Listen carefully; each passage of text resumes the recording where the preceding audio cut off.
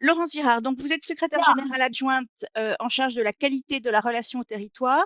Vous êtes également directrice de la démocratie, des citoyennes et des citoyens et des territoires à la ville de Paris. Merci beaucoup d'introduire ce cycle de petit déjeuner d'intégration du genre dans les opérations d'aménagement et l'urbanisme à Paris. Merci Emmanuel et merci à Christine aussi d'avoir pris cette initiative de créer ces nouveaux rendez-vous, ces petits déjeuners virtuels sans café, mais on est 148 et j'imagine que beaucoup l'ont auprès d'eux. C'est une très bonne initiative d'avoir organisé ces 7 petits déjeuners qui vont s'échelonner jusqu'à l'automne autour de spécialistes reconnus pour leur contribution sur la prise en compte du genre au sein de la ville. Et comme vous l'avez souligné, ce qui est extrêmement positif, c'est que non seulement il y a beaucoup de directions de la ville connectées, évidemment les directions de l'aménagement et de l'espace public, mais aussi j'ai vu la direction des affaires sociales, de la santé, la direction des affaires scolaires. Donc, c'est extrêmement important. Toute cette démarche de prise en compte de l'égalité du genre s'inscrit évidemment dans une dynamique très large qu'a initiée la ville. Alors, ça fait plus de 20 ans, évidemment, qu'on travaille, que ce soit sur les stéréotypes de genre, dans le langage, dans l'éducation, dans les équipements, notamment, on le sait, les équipements sportifs, mais aussi l'accès au logement et l'accès à l'emploi. Mais on inscrit ça maintenant dans une démarche, je dirais, qui est transversale, globale, où on a plusieurs volets, aussi bien un travail sur l'interne de la ville. Là, on a un label Alliance qu'on a obtenu, alors maintenant, je me perds un peu dans les années, mais c'était en 2019. On a été labellisé pour toute la démarche qu'on a, aussi bien interne que dans les politiques publiques qu'on mène. Un nouveau plan d'action pour l'égalité qui est en cours de finalisation, je dirais, avec l'ensemble des adjoints concernés de la maire, et en premier lieu, évidemment, Hélène Guidard sur l'égalité femmes-hommes, mais également Jean-Luc Romero-Michel sur la lutte contre les discriminations, l'intégration, mais également Jacques Galvani sur tous les sujets handicap, et Antoine Guillou qui est responsable des ressources humaines pour la ville et donc pour tout ce qui est interne. On aura l'occasion de présenter cette démarche, ce plan d'action pour l'égalité, sans doute à un des prochains conseils de Paris. Il viendra utilement et il est enrichi de beaucoup d'indicateurs sur cette prise en compte du genre, notamment dans l'espace public, grâce au travail que vous menez en lien pour l'instant direction urbanisme et DDCT. Et puis, troisième démarche qu'on lance et troisième pilier de notre action pour lutter pour arriver à cette égalité femmes-hommes, c'est un travail qu'on lance sur la budgétisation sensible au genre. Voilà, c'est un sujet assez complexe car il s'agit de déterminer l'ensemble des dépenses de la ville, lesquelles quel est leur impact réel sur l'égalité femmes-hommes, comment elles bénéficient aux usagères comme aux usagers. Et donc, c'est des démarches qui sont initiées dans plusieurs villes, notamment à Lyon aussi et à Rennes, avec la difficulté, l'idée de bien identifier des lignes. Donc, nous, on va commencer à travailler avec un certain nombre de directions. Et j'espère bien que parmi vous, il y en aura, parmi celles qui sont connectées, un certain nombre seront intéressées et se joindront à cette démarche. Alors, sur l'espace public, effectivement, pendant longtemps, ça a été un sujet totalement ignoré. On a la chance d'avoir ce matin avec nous Yves Rebaud, qui est chercheur en géographie à l'Université Bordeaux-Montaigne et qui, on travaille depuis très longtemps avec lui, car je rappelle quand même que le premier guide genre et espace public qu'on a lancé à la ville date de 2016. Et donc, il y était tout à fait associé, il était déjà là. Et donc, c'est avec lui qu'on va aborder cette question centrale de savoir à qui appartient la ville. Est-ce que c'est aux hommes exclusivement ou est-ce qu'on est encore dans une mixité en trompe-l'œil? Juste pour rappeler qu'effectivement, cette prise en compte du genre dans l'espace public, elle est récente. Elle s'est faite quand même dans les démarches de renouvellement urbain avec la gestion urbaine de proximité où il y a eu quand même beaucoup de marches exploratoires des femmes pour une sensibilité à cet espace public. Beaucoup, je pense, dans un aspect correction et pas forcément au démarrage des aménagements. Donc c'est bien l'idée là de réfléchir ensemble sur ce sujet, d'échanger avec des chercheurs, des urbanistes, des architectes, des sociologues et entre les différents acteurs, les aménageurs comme les directions de la ville, pour qu'on arrive ensemble à bien comprendre comment il faut qu'on réfléchisse l'aménagement urbain à la source pour que son usage soit après parfaitement mixte. Et donc l'idée est vraiment que l'ensemble des acteurs se chaussent des lunettes du genre pour que ça devienne un réflexe systématique. Voilà, on a les réflexes participation citoyenne, on a les réflexes proximité territoriale, et il faut qu'on ait évidemment le réflexe du genre. Ce petit déjeuner a été monté grâce à pas mal de gens que je tiens vraiment à remercier bien chaleureusement. Bien sûr, Christine et Inès, ça je vous l'ai déjà dit. Aussi la Dessine, Christophe Coquin qui est là avec nous, nous a aussi beaucoup aidé. Au service communication et concertation de la direction de l'urbanisme aussi. Soraya, je vois que tu es là, et Sylvie Rosenblatt nous ont beaucoup aidés aussi. Et puis, bien sûr, les collègues du service de l'aménagement, Sébastien Couffy et Valérie Entraigle. Merci à la ville de Paris de cette invitation. Très, très fier et honoré de démarrer ce séminaire. Alors, c'est une introduction qui va être à la fois en deux parties d'une part, et puis aussi à double effet, c'est-à-dire un petit peu, je vais être amené à introduire un peu certains travaux de mes collègues, mais sans les déflorer trop, c'est-à-dire simplement en m'appuyant dessus pour démarrer cet argument. Donc, sur mon travail de recherche, je suis géographe à l'Université Bordeaux-Montaigne, et depuis 20 ans maintenant, on peut dire un petit peu plus, je travaille sur les questions de genre. J'ai commencé à travailler sur les questions de pratique, pratique culturelle des jeunes, sur les lieux de réflexion des musiques actuelles, en constatant que c'était des lieux essentiellement masculins, mais aussi sur, très rapidement, skatepark, city style, lieux de loisirs, pour constater également, et ça a été mon approche, que c'était des lieux non seulement qui étaient majoritairement masculins, mais des lieux où se jouaient des enjeux, de virilité ou de masculinité, de compétition entre garçons, qui conditionnaient aussi finalement leur apprentissage de l'espace public et de la société. Alors ces enquêtes, eh bien, c'est une première enquête 2009-2012 sur la communauté urbaine de Bordeaux, sur sport, pratique artistique, pratique culturelle, jeunesse, prévention de la délinquance. C'était à cette époque que j'ai mieux connu Édith Marlejeune, puisqu'elle avait une bourse de thèse dans le cadre de cette recherche, et donc j'étais très heureux de travailler avec elle à ce moment-là. Et puis ensuite, ces enquêtes se sont prolongées par comparaison sur Toulouse, Angers, puis des enquêtes genre et sport sur Bordeaux, sur Genève en 2017. Alors, deux autres études importantes qui ont élargi ce cadre des loisirs des jeunes sur, ça a été les études sur l'usage de la ville par le genre, qui dès 2012, ont mis en valeur en fait le sentiment d'insécurité dans la ville, la place des femmes et des hommes dans la ville, mais aussi bien finalement toutes les conditions qui faisaient que femmes et hommes n'étaient pas à égalité dans l'accès à l'espace public.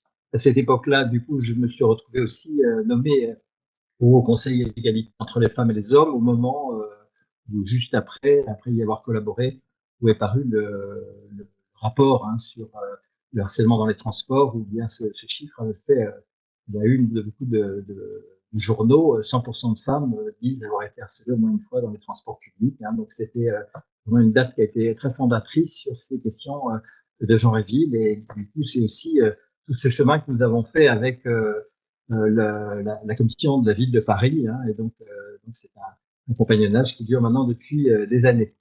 Donc ensuite, d'autres études, pour pas toutes les nommer, femmes et mobilité urbaine sur la ville de Bordeaux, où là j'ai été amené à travailler sur l'inégalité dans les pratiques du vélo, de la marche à pied, du covoiturage en ville, toutes ces bonnes pratiques qui sont censées remplacer la voiture. Une autre étude aussi qui avait été intéressante, plus ethnographique, j'avais suivi pendant 6 mois les travaux d'un Grenelle des mobilités qui s'était déroulé à Bordeaux, qui était absolument passionnant. Et donc, j'avais travaillé aussi sur, j'en dirais quelques mots, sur la prise de parole, l'expertise, etc. Et là aussi, les inégalités dans l'expertise de la ville.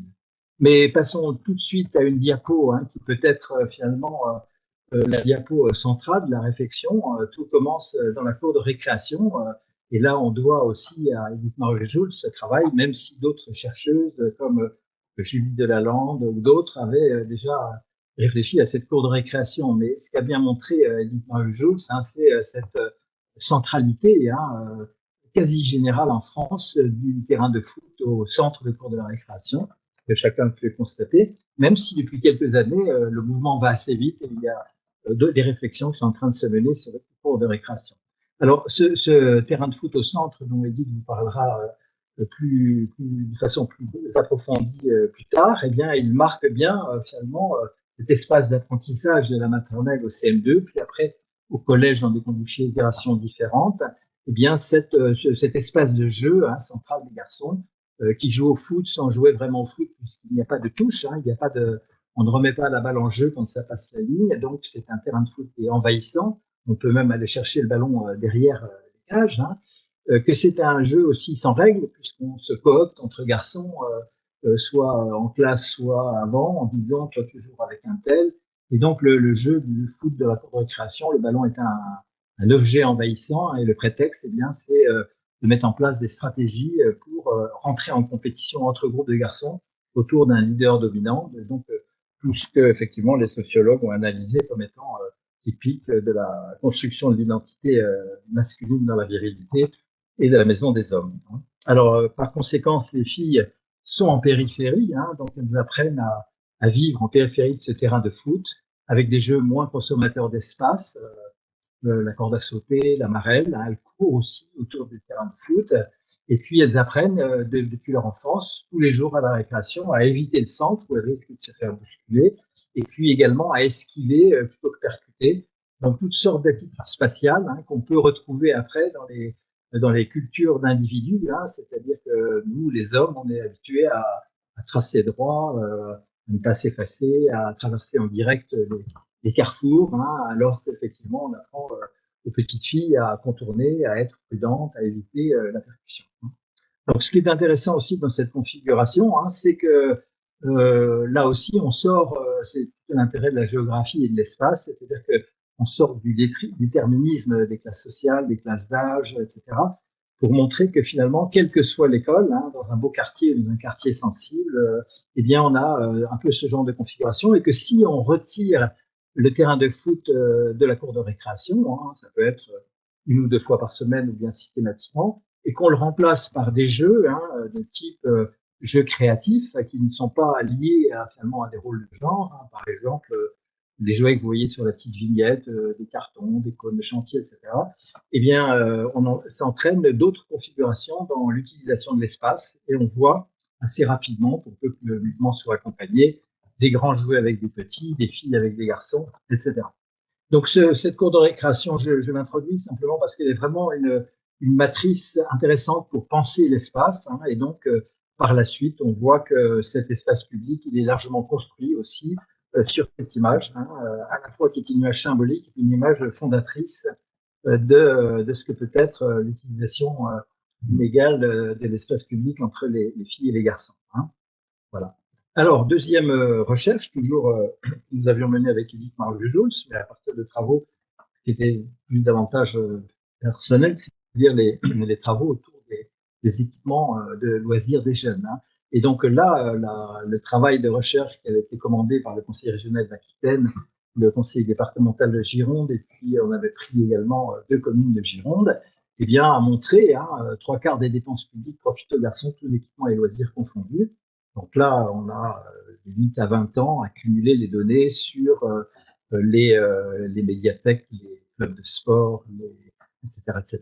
Donc, et puis on a compilé, essayé de voir, et on arrive à ce chiffre qu'on a retrouvé après dans d'autres communes, et qui est un petit peu général, c'est-à-dire que les dépenses profitent aux garçons tous équipements et loisirs confondus. J'ajoute que ça se joue aussi sur les temps de vacances, sur les opérations de prévention, etc.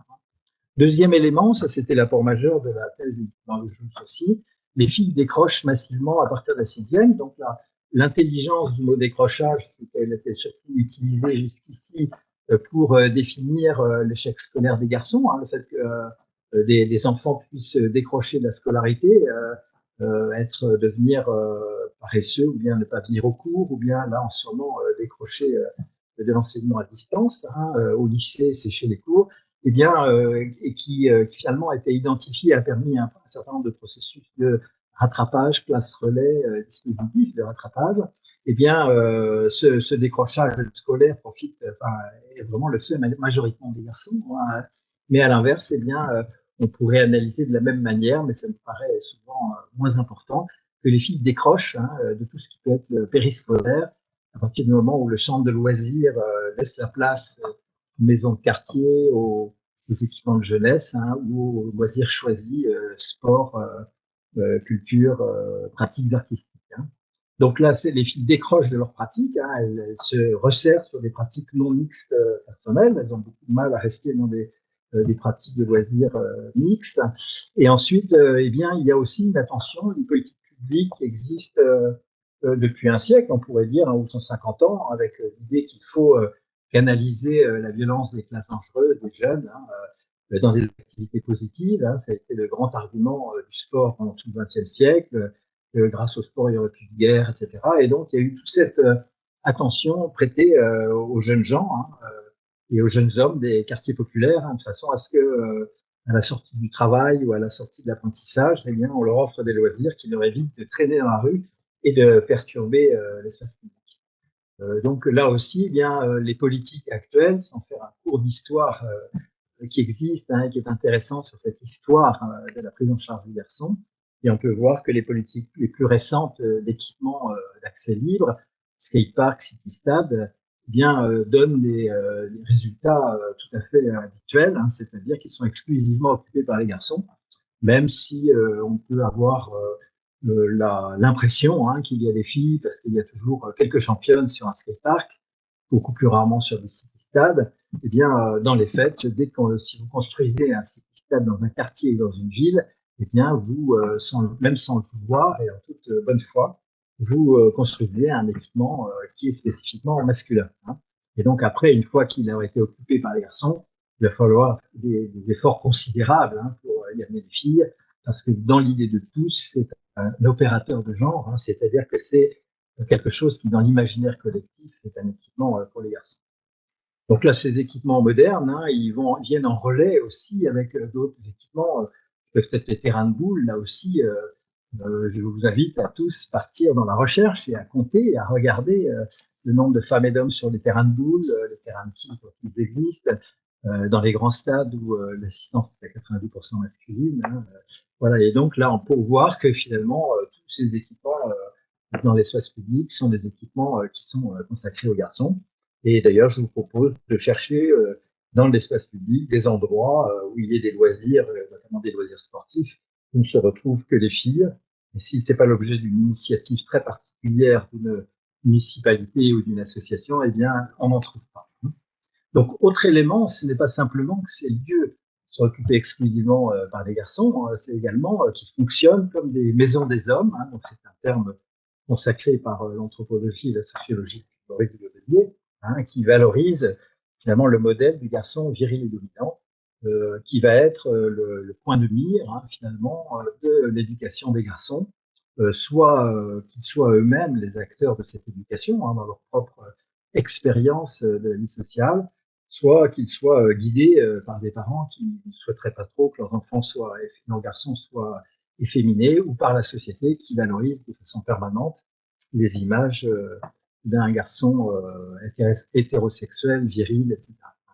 Donc ces garçons, dans ces lieux, bien, se pratiquent une activité sociale très importante, hein, la même qui est pratiquée dans les terrains de foot au centre de la cour de récréation, c'est qu'ils se livrent à une compétition entre eux, hein, pour dégager le leader viril et dominant hein, qui va pouvoir mener le groupe. Hein, donc on est dans des systèmes d'affiliation. Et donc dans cette constitution autour du jeu, de la compétition entre les garçons et de la constitution d'un groupe, hein, qui au final sera d'ailleurs probablement solidaire, capable de belles actions collectives, eh bien cela passe aussi par l'exclusion hein, d'un certain nombre de garçons qui ne seraient pas loyaux, qui seraient des traîtres, hein, et puis qui assez rapidement, sur les métaphores du langage masculin, sera l'efféminé, l'homosexuel, le PD, etc.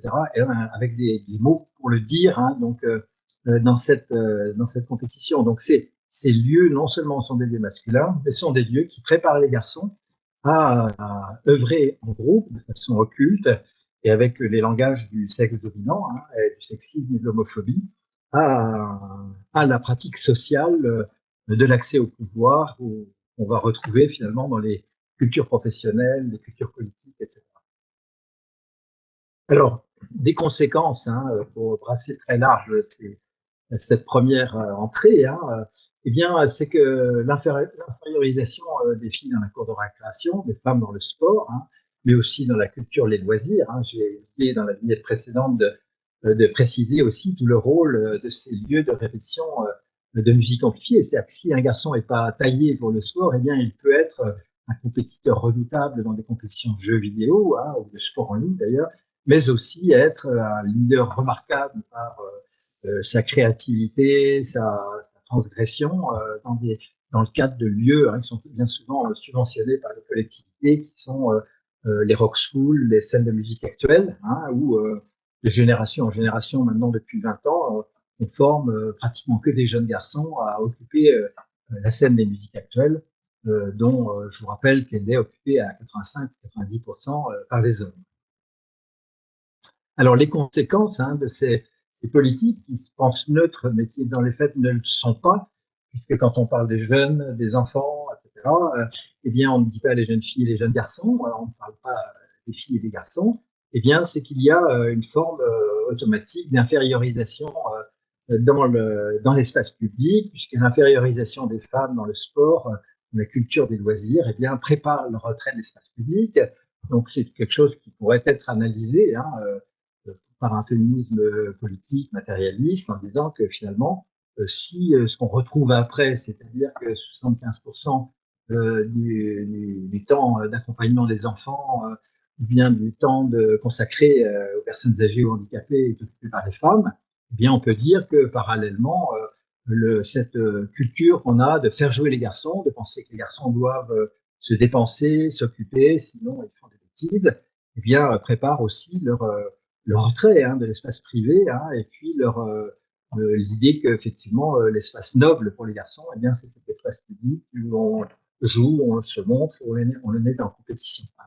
Donc ça se retrouve effectivement dans des choses qui sont matérialisées, discrimination budgétaire, hein, valorisation des pratiques masculines, alors tolérance avec le sexisme et la misogynie. On sait que sur le terrain de foot, hein, le fameux terrain de foot de la cour de récréation, qui devient la pratique la plus répandue, hein, de sport des jeunes et puis des garçons, hein, donc 90-93% des garçons dans le football, hein, eh bien les mots du football employés encore, hein, de façon très large. On a vu avec l'affaire Pierre Ménès, mais avant il y avait tous les clubs de football, Louis Nicolin célèbre aussi par sa vulgarité, hein, sa manière de traiter les joueurs. Eh bien, on sait que des petits, les garçons utiliseront ces termes sur le terrain de football. Les termes les plus employés, selon une collègue linguiste, sur les terrains de football des garçons de 8 à 20 ans, c'est les deux mots pédé et enculé avant passe-moi la balle, ou bien joue mieux, enfin, etc. Et c'est aussi les mots qui sont utilisés par les pères qui accompagnent leurs fils au football, ou les entraîneurs, hein, donc les mots du sexe. Et ces mots du sexe et de la misogynie, hein, et de l'homophobie sont consubstantiels, hein, de ce sport masculin, hein. Et donc on peut voir aussi dans toutes les études sur l'homophobie que plus les sportifs, plus les hommes font du sport régulièrement par semaine, plus ils ont tendance, une étude à Bordeaux avait montré ça, à avoir du rejet, hein, de tout ce qui peut être des signes d'efféminisation ou d'homosexualité. Occultation des violences de genre. Donc là aussi, on est dans une période révolutionnaire, hein, il ne faut pas que le couvercle se referme, puisqu'on découvre enfin que dans les vestiaires du foot, les grands garçons, les entraîneurs violent ou bien maltraitent, agressent sexuellement des petits garçons, hein, que des entraîneuses ou des entraîneurs violentent des petites filles dans le patinage artistique, dans la natation, etc. Et donc toutes ces choses qu'on découvre maintenant existent évidemment depuis des dizaines d'années, dans des lieux qui sont des lieux souvent mis à disposition des collectivités, chers, et puis également avec des clubs ou des entraîneurs qui bénéficient de grosses subventions d'État. Hein. Donc là, on a quelque chose qui fait système, hein, le système de ce que les féministes américaines pourraient appeler d'une certaine manière un terrorisme sexuel. Hein. Je crois que le mot est fort, mais on peut l'utiliser, et qui consiste à finalement occulter les violences de genre pour réguler un espace dont les profits seront aux hommes, hein, de façon à intimider les femmes et faire qu'elles rentrent finalement dans une dimension qui est une dimension plus domestique, en tout cas d'effacement par rapport au pouvoir des hommes. Alors, deuxième étude, donc qui est plus directement géographique, qui concerne la ville, hein, eh bien ça a été le travail fait avec Marie-Christine Bernard-Haume, ethno-urbaniste à l'agence d'urbanisme d'Aquitaine, hein, sur une commande de la communauté urbaine de Bordeaux, maintenant Bordeaux Métropole, et qui demandait finalement de travailler sur ce que peut être les inégalités femmes-hommes dans la ville. Donc ça date de 2011, hein, 2010-2011. Et donc, nous avons repris les statistiques qui sont réactualisées actuellement de l'INSEE sur les mobilités et surtout l'enquête mobilité ménage. Donc, cette enquête mobilité ménage avait interrogé en 2009 6 000 familles, 6 000 foyers de Bordeaux, qui possèdent des personnes seules, des personnes avec enfants, en famille monoparentale, des personnes âgées, des couples sans enfants, etc. Toutes les configurations. L'enquête était intéressante parce qu'elle interrogeait aussi les enfants à partir de 8 ans. Et donc, les questions étaient très simples, assez simples, mais assez longues. Je veux dire, c'était utilisez-vous comme moyen de transport, pourquoi et à quel moment, etc. Donc, quand utilisez-vous la voiture, la marche à pied, le transport pour aller faire quoi, les courses, travailler, aller à l'école, etc. Et donc, on a retiré, évidemment, il y avait des statistiques qui étaient sexuées entre femmes et hommes, et puis aussi entre enfants et parents. Mais du coup, on les a relus, effectivement, et j'en parlerai tout à l'heure quand on parlera de budgétisation sensible aux gens. On les a relus avec cette idée, finalement, de voir si elles révélaient des rôles spécifiques des femmes et des hommes dans la ville, qui pouvaient être également considérés comme des inégalités. Et donc, avec ce chiffre important, les femmes font les 3/4 des tâches domestiques des accompagnements. Donc, des études belges, enfin, en Wallonie, ou bien en Suisse romande, au Québec, ont montré à peu près la même proportion. C'est-à-dire que les femmes font encore majoritairement ces accompagnements. Alors, c'est intéressant parce que sur l'accompagnement à l'école, on a aussi toujours cette illusion. On dit, mais il y a quand même beaucoup plus d'hommes qui accompagnent leurs enfants à l'école, des personnes qui étaient aux conférences que je pouvais faire dire oui, parce que comme je suis un petit peu vieux, ils disaient à votre génération, les hommes s'occupaient pas des enfants, mais nous, à notre génération, les jeunes papas s'occupent beaucoup plus des enfants, et toc. Donc, voilà, donc les chiffres sont têtus. Aujourd'hui, même chez les plus jeunes, eh bien, même si les papas accompagnent les enfants à l'école le matin, ils viennent pas en général les rechercher le soir. Et du coup, ce sont les femmes aussi qui font des accompagnements au centre de loisirs, au sport, à la musique. Ce sont elles qui s'arrêtent de travailler le mercredi. Ce sont elles qui accompagnent les enfants aussi beaucoup chez le médecin, chez l'orthophoniste. Ce sont elles qui accompagnent les enfants à l'anniversaire de la copine ou bien aux différentes manifestations d'école. Ce sont elles également qui vont majoritairement aux réunions de parents d'élèves. Donc, on voit que là aussi, sur le plan des accompagnements, eh bien, elles sont beaucoup plus sollicitées. Il faut dire aussi que ce sont elles qui accompagnent majoritairement aussi les personnes âgées, puisque elles sont 80% des aidantes familiales, les personnes qui s'arrêtent de travailler pour s'occuper d'un parent âgé. Ce sont elles aussi qui, à plus des 2/3, prennent des temps partiels pour s'occuper des enfants handicapés quand il y en a dans la famille. Et donc là, on voit bien cette tâche d'accompagnement qui revient beaucoup aux femmes, et puis également aussi les tâches d'approvisionnement. Alors c'est intéressant parce que quand on parle par exemple, on le verra après, de la voiture, parce que effectivement la voiture dans les années 60, c'est la possibilité pour les femmes aussi de concilier cette domesticité, cette tâche obligatoire de s'occuper des enfants et de l'approvisionnement, et puis d'avoir une multimodalité grâce à la voiture qui permettait d'amener les enfants à l'école, d'aller au travail, de revenir faire les courses, revenir chercher les enfants à l'école. Hein, alors attendez, j'accepte, voilà. Donc là aussi, ça signifie qu'on ne peut pas dire du jour au lendemain, on arrête la voiture en ville sans considérer les conséquences que ça peut avoir pour les femmes dans la ville. Alors, j'y reviendrai. Hein, autre élément qui nous est apparu, c'est qu'elle participe peu à la vie politique. Donc là aussi, si vous connaissez peut-être les chiffres, qui sont toujours aussi accablants. Hein, c'est-à-dire que même s'il y a eu une grosse progression à l'Assemblée nationale, une certaine progression dans les femmes élues, alors au niveau des conseils municipaux ou des exécutifs, effectivement, la parité est de mise, hein, donc elle n'est pas tout à fait parfaite, mais elle est proche.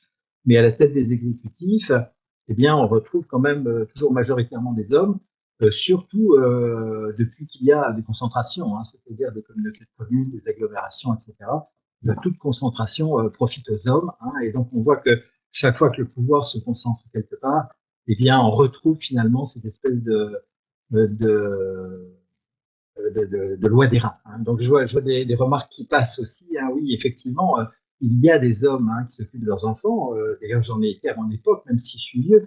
Mais je veux dire, là, on est sur des éléments statistiques, hein, de même qu'il y a des femmes mères. Hein, vous en avez l'exemple à Paris. Hein, mais effectivement, elles ne sont que 20%, enfin 18% sur les dernières élections. Hein.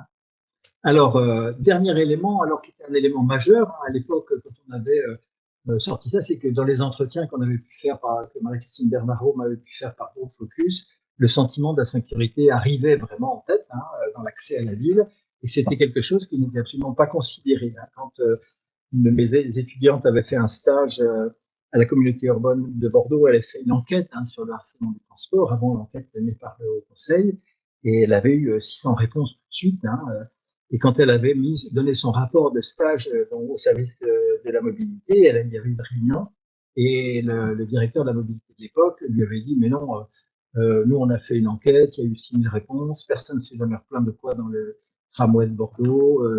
Donc effectivement, vous posez des questions, vous induisez les réponses avec des questions.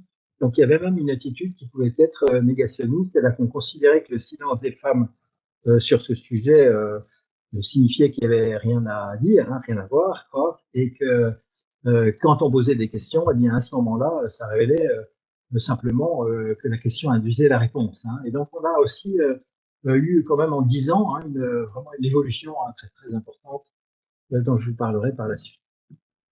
Je passe très vite sur cette diapo. Hein. Non, alors oui, c'est ça, des études microgéographiques. Hein. Donc c'est juste pour vous indiquer comment nous avons travaillé hein, et que vous pouvez effectivement travailler. Chacun peut le faire à son niveau, hein, bien sûr, simplement en amateur, hein, simplement en étant curieux, en observant ce qui se passe. Hein.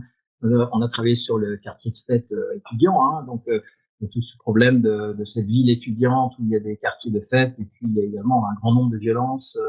Il y a peu de voilà. Donc on a travaillé également sur des lieux précis hein, qui posaient problème, la porte de Bourgogne à Bordeaux, hein, des quartiers, hein, et où on a regardé les circulations des femmes et des hommes pour voir comment on pouvait améliorer avec des petites choses l'ambiance, hein, l'ambiance urbaine, en améliorant à partir du constat qu'il y avait des tensions, hein, des rapports sociaux s'extendus, par exemple des arrêts de tram où il y avait systématiquement des hommes alcoolisés, ou bien des endroits qui étaient sombres et mal éclairés et qui évitaient les femmes. Hein, donc voilà, je rentre pas dans les détails.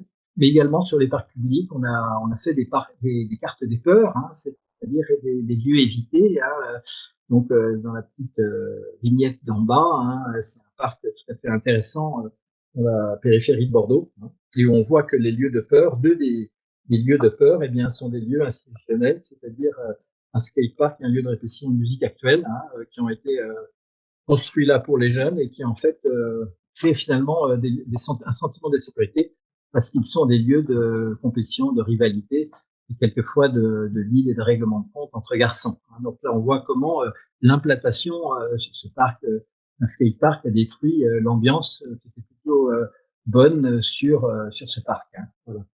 Donc on peut passer à la diapo suivante. Merci. Je suis désolé pour les difficultés. Non, non, je vous en prie. Voilà, alors autre élément intéressant, femmes et mobilité urbaine. Donc ça c'est une enquête plus récente, 2017-2018. Donc, on avait déjà fait un sondage dans le cadre d'un travail de master de Floriane Ulrich, qui est devenue depuis directrice de la mobilité à Dijon, je crois. Eh bien, on avait déjà constaté que 38% de femmes à vélo. Alors, j'ai une question de Caroline King. Pourquoi le skatepark a réduit le sentiment de sécurité?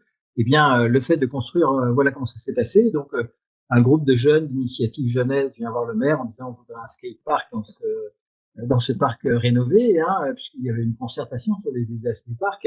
Donc, quoi de plus naturel de mettre en place un skatepark? Sauf que quand on met en place un équipement de type skatepark, eh bien, on sait d'expérience, et sauf avis du contraire, et sauf politique publique vraiment explicite pour permettre aux filles d'accéder à ce skatepark, qui sera occupé par 100% de garçons.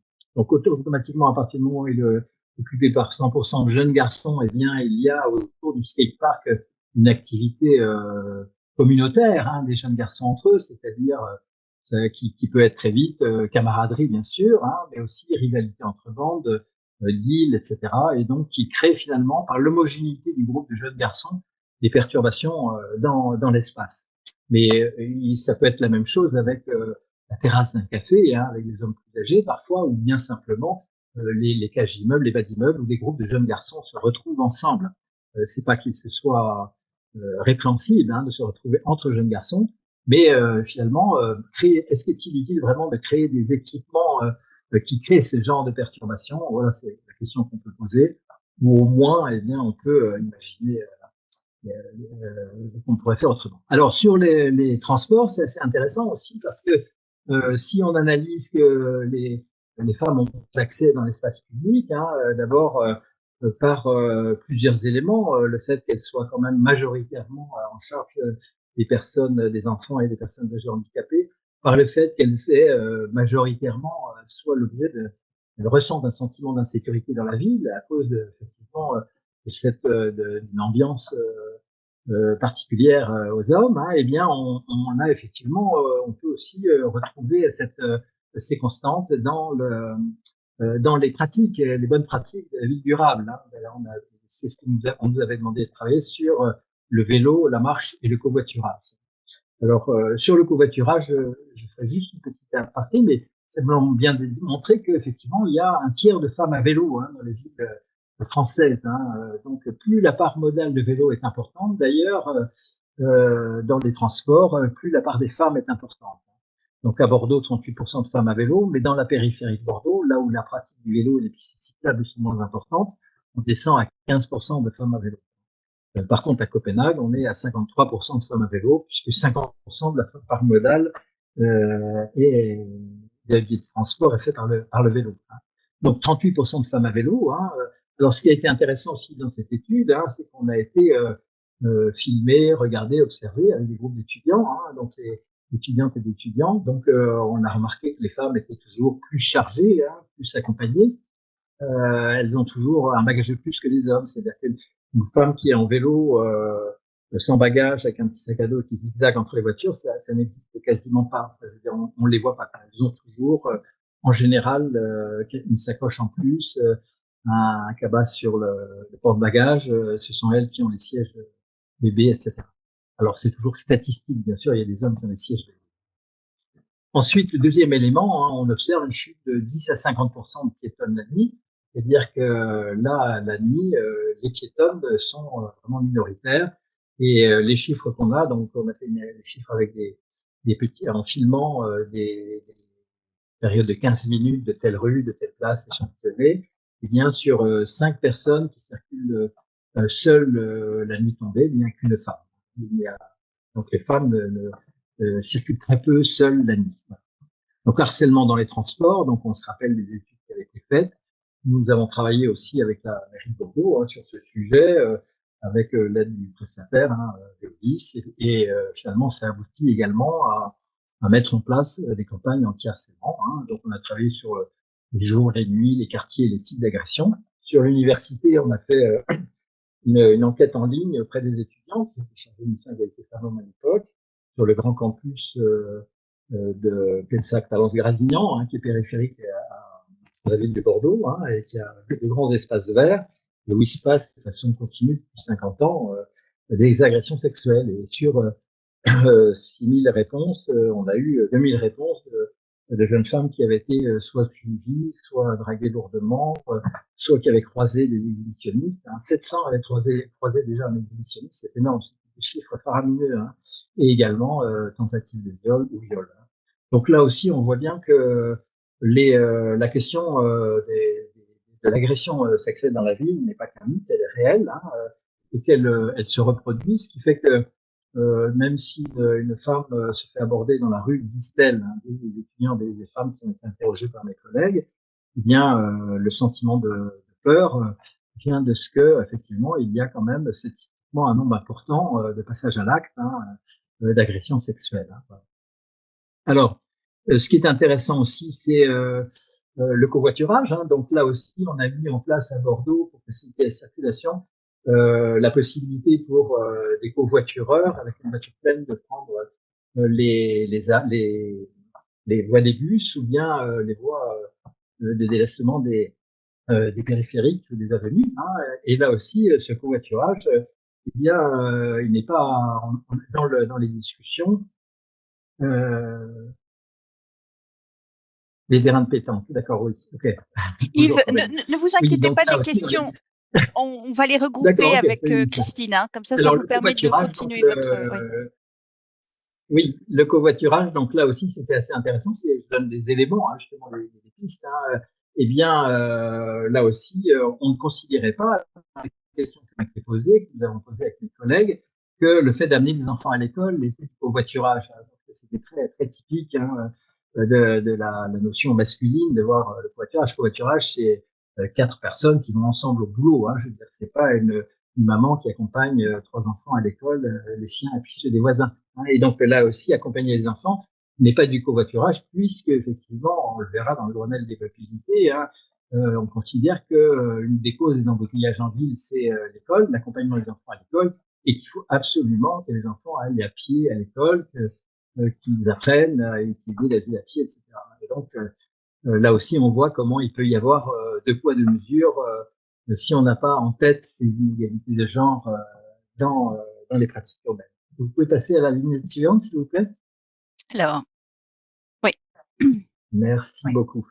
Alors, je vais aller aussi assez vite. Je vous laisse lire un travail qui est un travail d'ethnométhodologie que j'avais réalisé. Alors, c'est un travail personnel, quelques liens, il y a quelques années.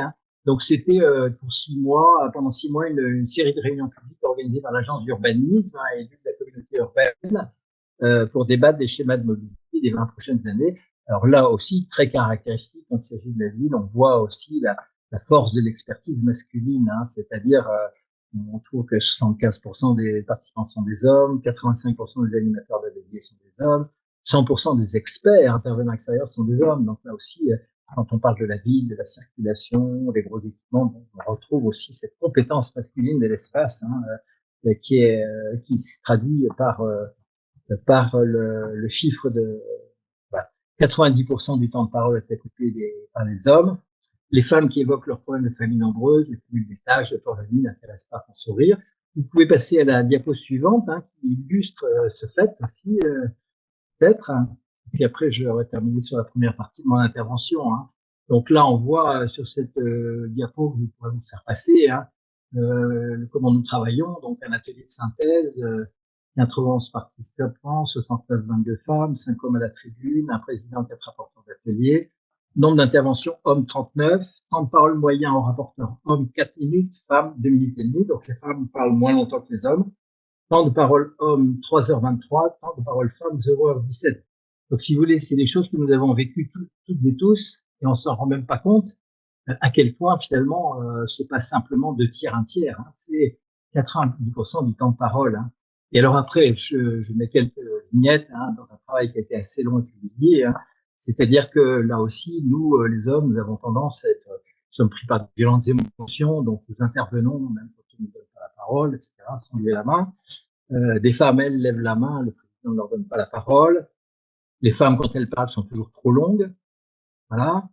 Quand elles parlent, elles sont aussi hors propos. Alors là, on voit quelque chose d'intéressant, c'est-à-dire que dès que les femmes, même autorisées, comme président de la Fédération de conseillers de parents d'élèves, parle de l'accompagnement des enfants ou des personnes âgées, on considère que c'est hors propos, c'est de la sphère du privé. Hein, donc une organisation sur la ville, finalement, on ne considère pas que finalement la sphère domestique soit une sphère qui soit importante pour l'organisation de la ville. Voilà. Donc on peut passer à la vignette suivante. Donc dans ce débat public sur les mobilités, eh bien on voit bien aussi ces cultures masculines et cette compétence masculine sur le débat. Vous pouvez passer aussi à la suivante. Hein, je vais terminer ma première partie d'intervention. Merci. Culture urbaine, culture masculine.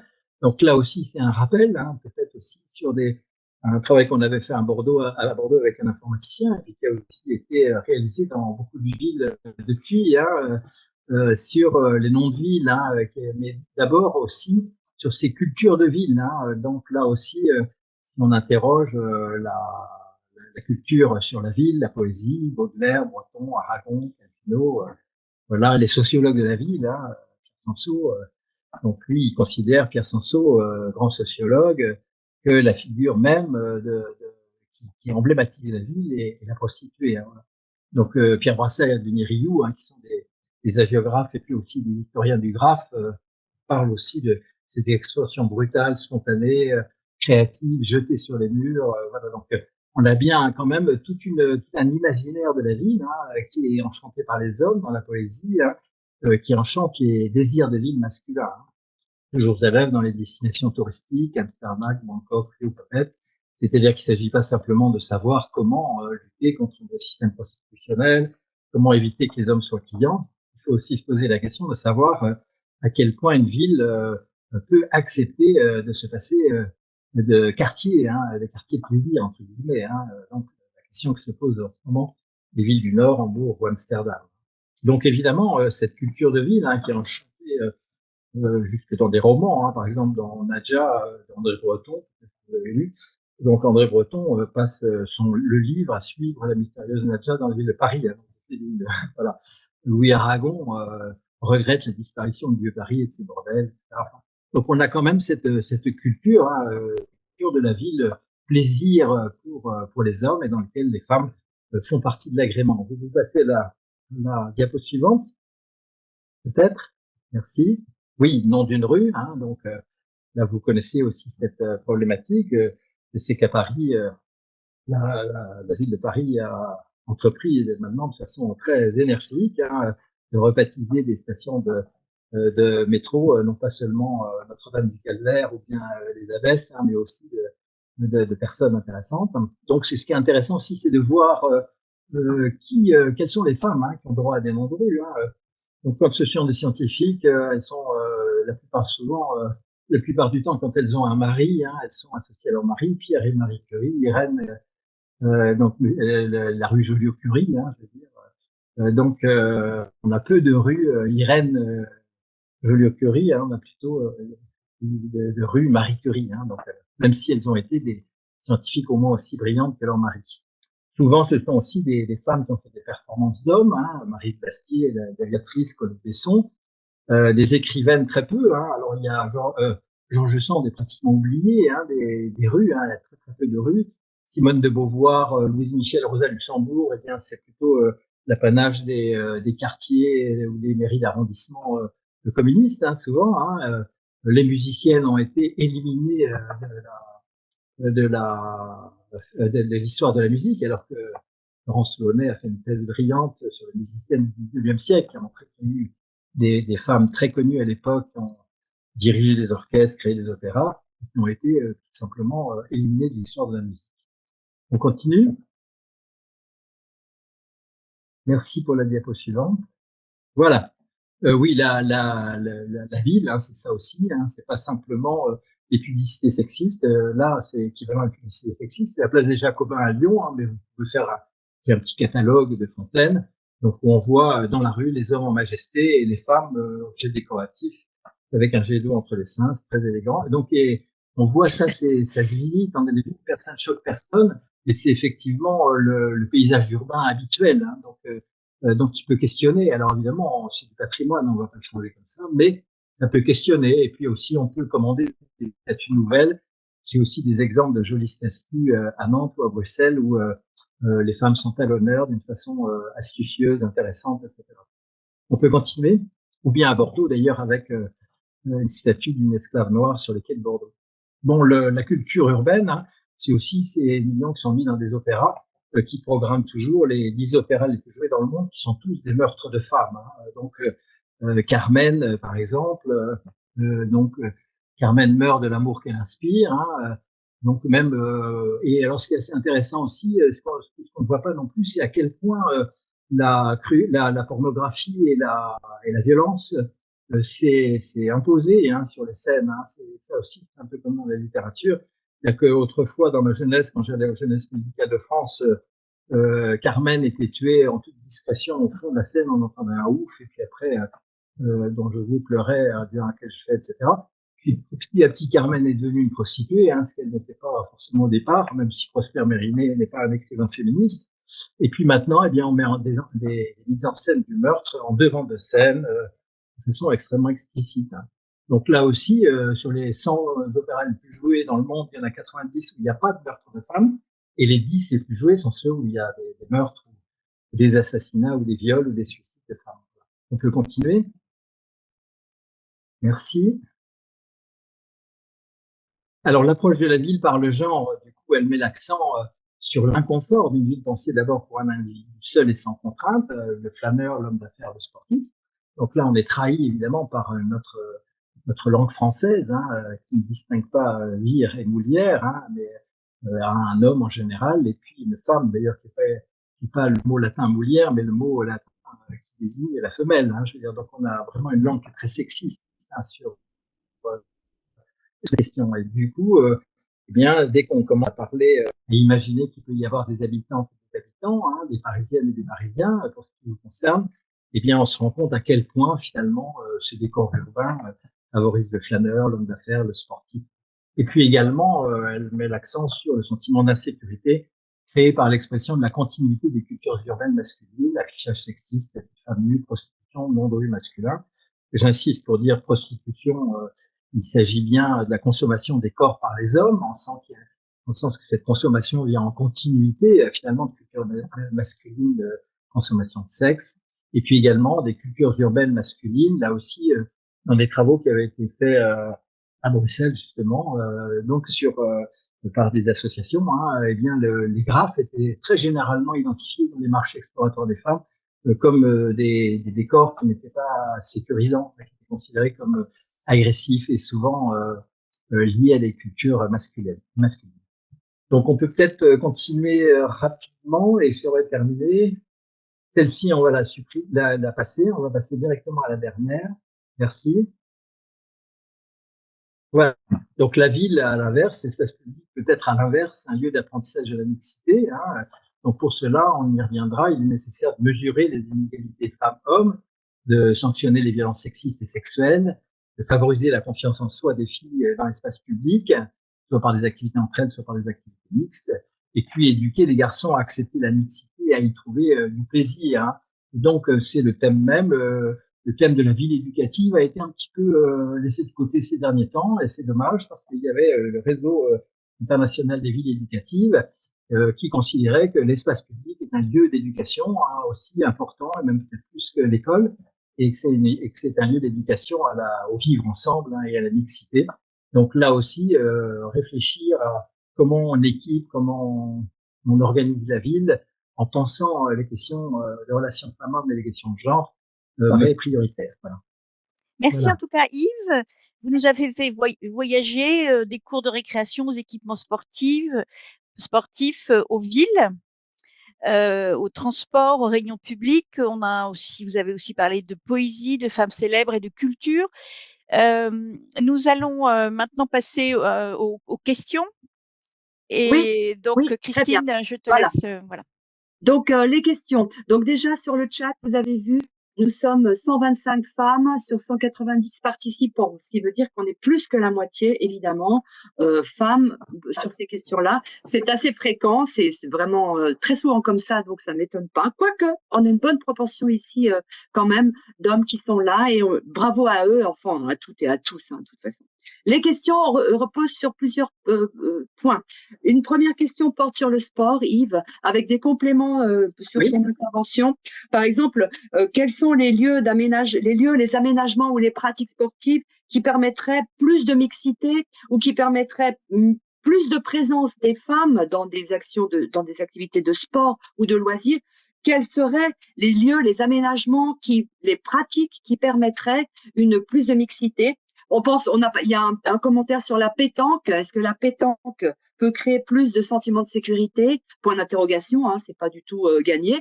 Mais voilà, sur cette première question, peut-être je te laisse répondre brièvement, hein, puis après je te pose les suivantes. Il y avait sur une opération qui s'appelait Sport sur les quais, il y avait donc à l'année zéro, je crois que c'était en 2014, 25% de femmes et de jeunes filles qui avaient participé à cette opération d'été en juillet, en août, qui consistait à utiliser les bouquets de Bordeaux, qui sont un espace très ouvert au bord de la Garonne, très agréable, pour faire des manifestations, des activités, des animations sportives. Et donc, le chiffre de 25 avait catastrophé à l'époque Ariel Piazza, notre adjoint au maire. Et du coup, en 5 ans, eh bien, on était arrivé finalement en 2019 à 53% de participation de femmes dans le sport sur les quais, tout simplement en y intégrant non seulement des choses plus entre guillemets féminines, mais aussi utilisées par les hommes, tai chi, danse, etc. Hein, ou bien, mais aussi en faisant de l'initiation organisée par des monitrices ou des animatrices ou des professeurs d'éducation physique, en amenant des groupes de filles sur les terrains de basket, les terrains de foot, sur les skates. Donc je crois qu'à partir du moment où on a une volonté politique avec un chiffre qui dit il nous faut 50%, on y arrive. Hein. Donc il y a une pédagogie et à ce moment-là, on a une petite chance d'inverser la tendance et même peut-être de reconquérir des espaces qui sont les espaces masculins. Oui, la deuxième question portait sur les mobilités et les transports. Tu as parlé de la place de la voiture dans la ville et de la question de la mobilité des femmes. Tu as parlé du covoiturage, du vélo, etc. Mais sur la voiture, est-ce que restreindre la place de la voiture dans la ville restreint aussi la circulation et la mobilité des femmes? Est-ce que tu peux développer, expliquer ça? Oui, tout à fait. Enfin, dans l'enquête qu'on a fait sur le alors j'ai plusieurs éléments. Hein. Il y a un travail qui avait été fait à Montréal il y a quelques années par une doctorante qui avait chiffré dans un quartier piétonnier Montréal devenu piétonnier de Montréal la perte de temps moyenne des femmes de 3/4 d'heure, je veux dire de 45 minutes. Donc c'est important, je veux dire. Et ça, c'est des choses où on manque de chiffres. C'est-à-dire que à partir du moment où on peut utiliser la voiture, comme disent les personnes qui sont exprimées au Grenelle de mobilité, comment on fait quand on a 3 enfants dans 3 écoles différentes, comment est-ce que on peut effectivement théoriquement avec le vélo cargo amener les enfants à l'école, mais encore faudrait-il qu'il y ait des garages de vélo. Comment est-ce qu'il n'y a pas de faire rouler le vélo, qu'on puisse garer le vélo quelque part pour aller discuter 5 minutes avec la maîtresse, etc. Donc là aussi, on voit dans l'enquête sur vélo les mobilités qu'on a fait récemment à Bordeaux. On voit bien que dans les groupes focus animés par la sociologue Laetitia Franquet, toutes les solutions y sont, c'est-à-dire des voies de vélo en site propre, des vestiaires et des douches quand on a aussi des tenues obligatoires au boulot, qui supposent qu'on puisse se changer s'il pleut, des garages sécurisés pour pas se faire voler le vélo, de l'initiation de la remise en selle. Par exemple, le vélo, on dit tout le monde vive le vélo, mais ce qu'on ne sait pas, c'est que les petites filles font plus de vélo. Il y a des quartiers en petite ville où les filles ne font pas de vélo, les garçons font du BMX, sortent en vélo, et les petites filles n'apprennent pas à faire du vélo. C'est assez intéressant il y a une thèse de David Seilhac qui est sortie sur ce phénomène-là dans le populaire. Donc, si on n'apprend pas aux filles à faire du vélo, elles sont déjà que 10% dans les clubs sportifs de vélo, là, automatiquement, ça va être une épreuve, une difficulté de remonter en selle dans la ville. Voilà. Très bien, merci. Et puis, alors une question porte sur la prise de conscience, le temps qu'il faut entre la prise de conscience de ces inégalités et la compréhension des phénomènes tels que tu les as expliqués ce matin, le temps qu'il faut entre le comprendre et agir. Pourquoi est-ce qu'il se passe autant de temps entre le moment où on constate qu'il y a des inégalités telles que tu les décris, que les chiffres commencent à illustrer ces inégalités, et que il faille agir et que l'action tarde tant, d'après toi? Pourquoi est-ce que l'action tarde tant? Oui, alors sur le fait que l'action tarde, et quelquefois elle régresse, hein, je veux dire, c'est-à-dire que je sors du sujet pour dire que au 19e siècle, il y a eu une centaine de femmes qui ont été chefs d'orchestre, qui avaient écrit des opéras, qui étaient donc les femmes étaient arrivées en force dans la musique. Elles ont disparu au début du 20e siècle. Hein. Ensuite, bien après la Deuxième Guerre mondiale, on a eu des femmes qui sont venues, les jeunes filles étaient plus nombreuses que les garçons dans les conservatoires, et elles sont rentrées dans les orchestres symphoniques sans devenir chefs, et puis pouf pouf, à la fin des années 70, sont arrivées les musiques amplifiées, et le rock est devenu à 100% masculin. Donc, c'est-à-dire qu'en fait, on a aussi ce phénomène qui n'est jamais gagné, hein, c'est-à-dire qu'il y a aussi toujours des reculs.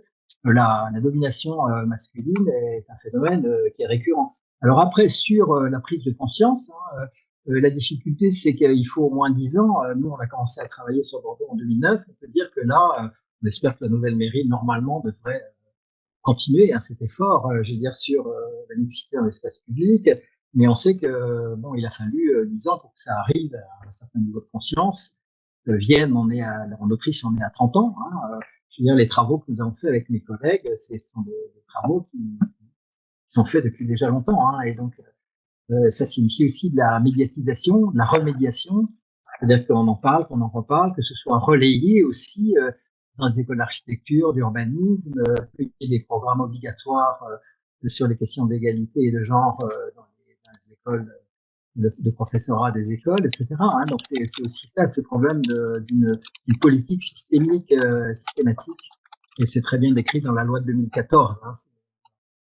Voilà, donc il faut du voilà. Et il y a une question sur des moyens, des jeux de rôle pour accélérer, améliorer la prise de conscience des hommes que certains lieux sont anxiogènes pour les femmes ou que la rue n'est pas facile pour les femmes. Je vous recommande d'aller voir cette vidéo qui met en scène une inversion de rôle, c'est-à-dire qu'on a un homme qui est grimé en femme, mais vraiment très bien grimé en femme, on le prend pour une femme, et qui circule dans la ville. Et donc, il y a une caméra cachée qui enregistre tout ce qu'il entend, tout ce qu'il voit, tout ce qu'il ressent. Et cet homme-là, d'avoir fait cette expérience, a vraiment compris et pris conscience des choses. Ensuite, des jeux de rôle et des moyens, c'est tout le travail de l'éducation à l'égalité.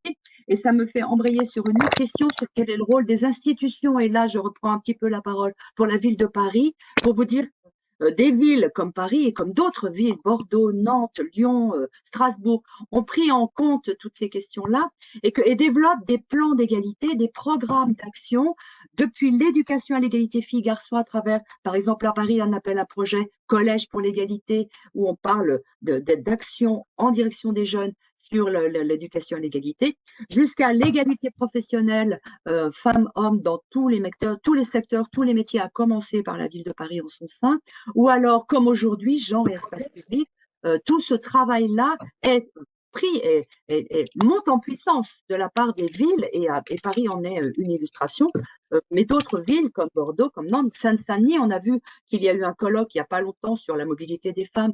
J'ai vu ce colloque, j'ai assisté à ce colloque, c'était très intéressant. Le sujet commence à apparaître partout et les villes se saisissent de ces questions-là. Alors, oui, une autre question à laquelle je réponds, réseau de villes. Oui, un réseau de villes, ce serait intéressant. Et je pense qu'on est en train de le faire petit à petit avec l'ensemble des liens que l'on crée à travers toutes ces rencontres. Et puis, il y a des questions, je finis, les questions, Yves, sur les sanitaires, bien sûr, les sanitaires, éternelle question qui revient tout le temps. Des questions sur la pandémie, est-ce que la pandémie et le couvre-feu a dégradé la situation? Des questions comme cela, mais il y en a beaucoup et je ne sais pas s'il va pouvoir Oui, peut-être répondre. simplement une question très concrète sur l'espace de glisse. J'ai un espace de glisse à créer dans un parc. Très concrètement, comment je fais pour prendre en compte le genre dans sa conception?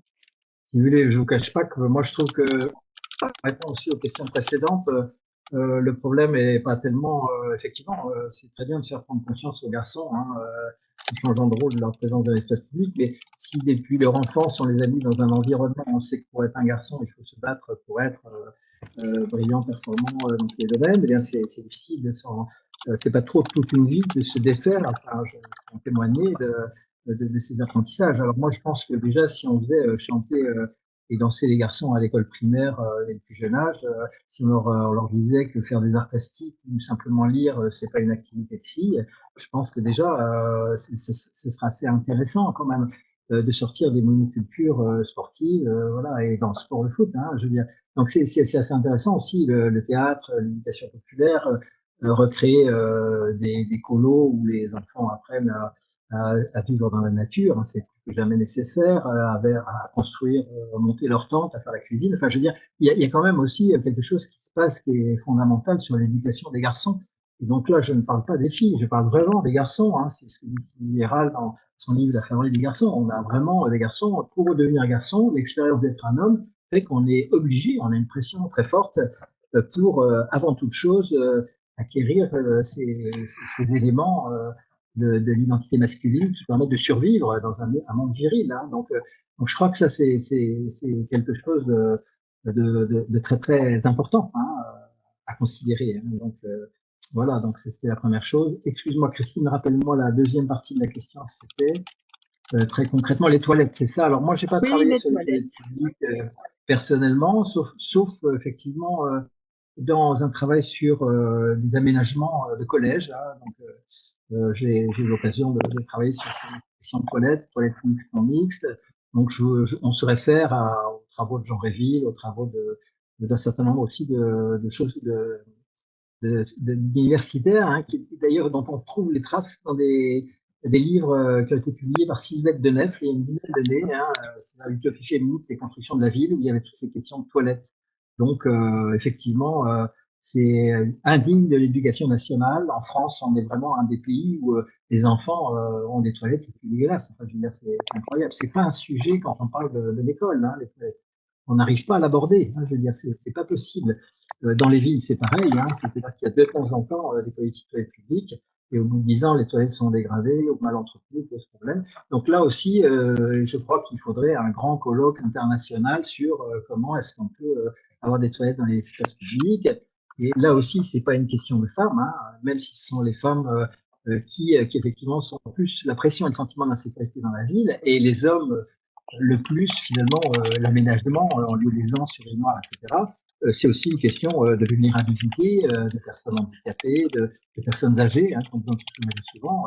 Si on veut que les personnes âgées vivent dans la ville, il faut qu'il y ait des toilettes, il faut qu'il y ait des bancs, hein, sinon, effectivement, la ville n'est plus adaptée pour elle. Hein, donc là, je crois que ce problème des toilettes est vraiment très complexe. Mes collègues ont des bonnes solutions, hein, je veux dire, ont en tout cas des solutions pratiques. Les marches exploratoires aussi ont montré aussi des tas des ressources d'imagination pour les toilettes. Mais en tout cas, pour moi, c'est un sujet qui est central. Voilà, c'est ça. Voilà, une dernière question, Yves, et puis il faut passer à la suite. C'est la question des espaces de glisse. Voilà, quelqu'un d'une collectivité nous dit j'ai un espace de glisse à créer dans un parc, comment je fais? Si un espace de glisse, existe, hein, eh bien, qu'est-ce que vous n'allez pas le détruire. Hein, c'est-à-dire que probablement il va devenir une friche urbaine s'il n'est pas au centre. Hein. Je pense que les skateparks sont en train on commence à démolir des skateparks. C'est-à-dire qu'à partir du moment où effectivement ce sont devenus des lieux insalubres qui petit à petit sont moins entretenus, qui sont où il y a sans arrêt des problèmes de bagarres, etc., hein, je veux dire, ou bien de deal, et bien à ce moment-là, finalement, les collectivités se rendent compte que c'est des lieux problématiques et finissent par le détruire. Donc, je pense qu'on va avoir dans les années à venir des friches urbaines qui seront les skateparks et les stades. Donc ça aussi, il faut y réfléchir avant d'en construire. C'est-à-dire, est-ce que ça va devenir une friche urbaine ou pas dans quelques années?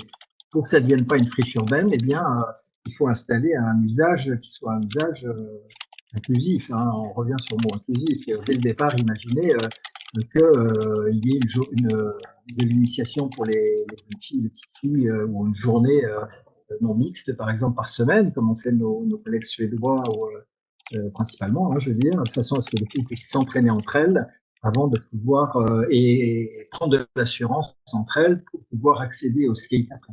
Il faut aussi considérer que le skatepark, maintenant, les skateurs, ils ont 40-50 ans. Hein, je veux dire, donc là aussi, comment est-ce qu'on peut transformer ce skatepark en lieu qui soit mixte et intergénérationnel? Voilà, donc non pas détruire les skateparks, pas forcément en construire, et en fait, poser la question de cette équipe. Voilà.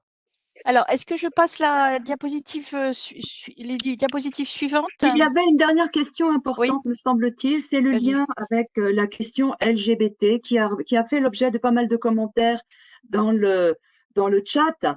Donc, la question du lien avec les questions LGBT, la question du genre inclut-elle les questions LGBT? Comment un commentaire qui dit en quoi est-ce que le fait de mieux prendre en compte les femmes dans l'espace public améliore la situation de tout le monde, des plus âgés, des personnes à mobilité réduite, des personnes LGBT, des personnes appartenant à des minorités?